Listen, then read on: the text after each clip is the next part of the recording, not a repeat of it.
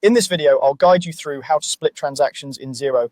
By the end, you'll know exactly what to click and why, so your bank reconciliation reflects what actually happened in your business. First, open your browser and go to Xero.com.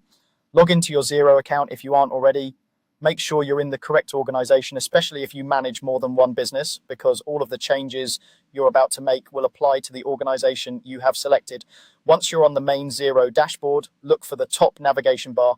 There you'll see a tab labeled Accounting. Click on Accounting to reveal the drop-down menu. This is where Xero keeps most of the tools related to your day-to-day financial activity. From that drop-down, click on Bank Accounts. This will take you to a page listing all the bank and credit card accounts you've connected to Xero. Take a moment to find the specific bank account that contains the transaction you want to split. It could be your main business account, a savings account, or a credit card. When you found the right bank account, click on its name. That will open the account's transaction and reconciliation screen. Here, you'll see recent bank statement lines that Xero has imported, waiting to be reconciled.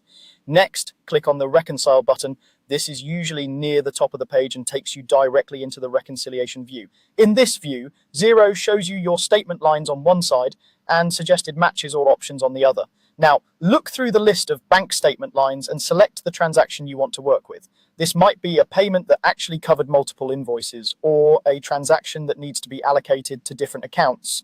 Once you've identified it, click Match. The Match option tells Xero you want to connect this bank transaction to existing items in the system, such as invoices or bills. Xero will now display a list of possible matching transactions. Carefully review these and find the ones that relate to this bank line. You can select one or more matching items depending on what the transaction is for. Take your time to ensure you're picking the correct invoices, bills, or other entries so your records stay accurate. After you've selected the relevant matching transactions, click on Split. This is the key step that allows you to divide the bank amount into separate parts. Splitting is especially useful when the bank payment doesn't exactly equal a single invoice, or when part of the payment is for something else entirely. You'll now see fields where you can enter a part payment, type in the amount that should be allocated to the first portion of the transaction, make sure the figures add up correctly and that each part lines up with the right invoice or account. Double checking the amounts here will save you time later. Once you're happy with how the transaction is divided, click Split again to confirm. Xero will apply your changes, allocate the partial amounts as you specified, and update the reconciliation accordingly. Your transaction is now properly split, and your bank account in Xero will more accurately reflect the real-world payment.